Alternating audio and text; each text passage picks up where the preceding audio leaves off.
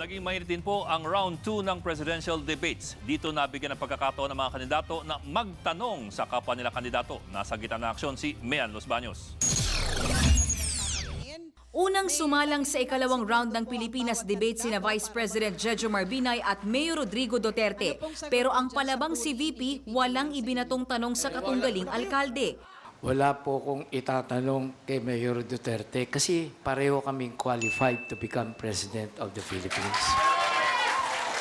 Idinaan naman sa biro ni Duterte ang kanyang sagot. Wala rin ho akong masagot. Mas qualified siya kaysa akin maging presidente. There are 4 of us here. Mamili kayo.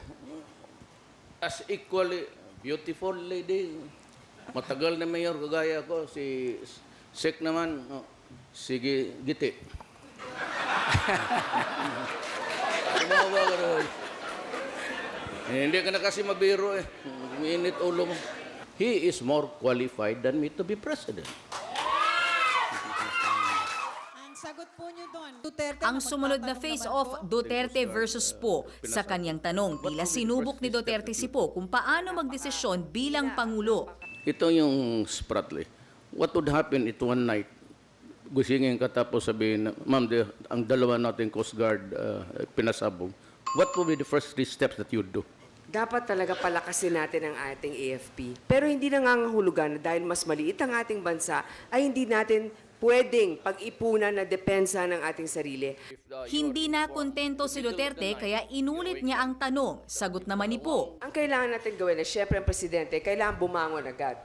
At kasama, hindi ba? Hindi naman pwedeng, ay mamaya na yan, mamaya ng alas 5, mamaya ng alas 6. Mabilis na babangon ang presidente at itatawag ang head ng AFP at ang head ng DOTC sapagkat nandyan na papailalim ang Coast Guard. Kaya, Sa ikatlong tapatan, ibinato ni Senadora Grace Po kay Mar Rojas ang issue ng umano'y sablay niya sa paggampan sa kanyang trabaho noong manalasa ang bagyong Yolanda at noong mangyari ang Zamboanga Siege. ay dun sa lahat ng mga nangyari, may mga kakulangan. Tanong ko lang po, Secretary, hindi kaya yan ang dahilan kung bakit hindi kayo pinagkatiwalaan ng Pangulo na malaman ang operasyon ng Mama Sapano at mas pinili pa niya pagkatiwalaan Mahaba na ang po ang isang tanong. suspendidong officer katulad Senator ni po. General Alan Purisima.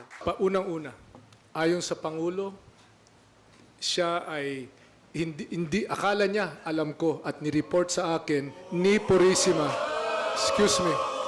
Excuse me. at ni-report at ginawa ni Purisima ang kanyang utos. Kayo mismo ang chairman ng hearing. Hindi niyo mababali ang nangyari doon.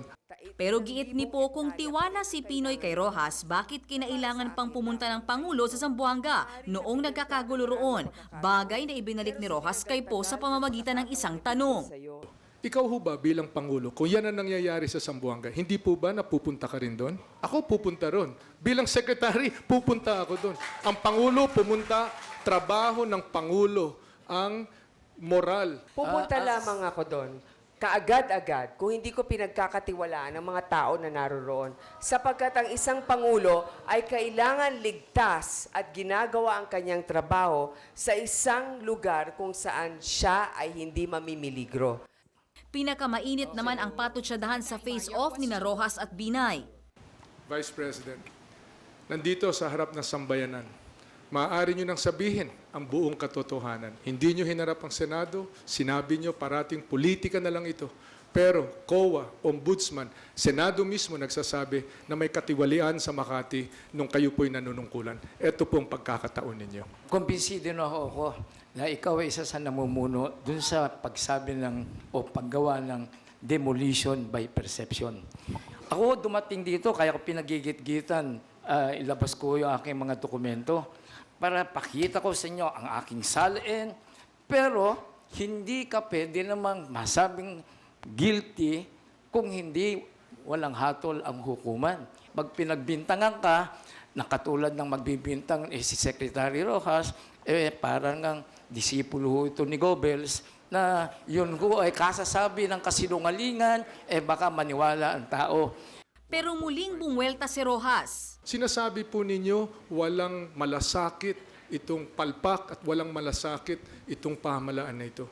Hindi po ba na yung palpak ay isang tao na bumibili ng 16,000 na sterilizer sa halagang 1.5 million pesos? We are entitled to buy mamahalin. Kasi you sell peanuts, you get monkeys. Hindi ko sa presyo natin titingnan kung tama ba ang kalidad ng binibili mo. So, anyway, nakabinbin pa ho yan. Ulitin ko lang, Mr. Rojas, mga kababayan, hukuman lamang ho ang makapagsasabi kung kami ho ay guilty or not. Hindi ho yung bintang mo, Mr. Rojas. Mr. Goebbels pala, sorry. Maraming salamat, Mr. Matapos ang mainit na debate, nagbigay ng huling mensahe ang mga presidentiable. Mga kababayan, enough of mediocrity in governance. Performance, hindi ho pangako. Gawa, hindi dada. I will try to suppress crime. I could not promise you heaven. I will try to stop drugs. And if President, I said, in 3 to 6 months, I will stop corruption in government. Kailangan ay ayusin natin ang ating sistema. Ang korupsyon ay kailangan masugpo. Bilang isang Pangulo na maraming inaasikaso, kailangan may mapagkakatiwalaang crime czar. At ilalagay ko ang isang may Medal of Valor na talagang magaling na si Colonel Corbin na nirerespeto ng PNP at AFP. Dapat natin ipaglaban ang daang matuwid. Kung may kulang, punuin natin. Kung may mali, itama natin. Para dito sa ating bansa, tuluyan na makapamuhay tayo kung saan nagtatagumpay ang disente. Palakpakan po natin ang lahat ng ating Sa pagtatapos, mga kandidato. inanyayahan ang mga kandidato na manatili para pasalamatan sa kanilang pagdalo. Mr. VP po.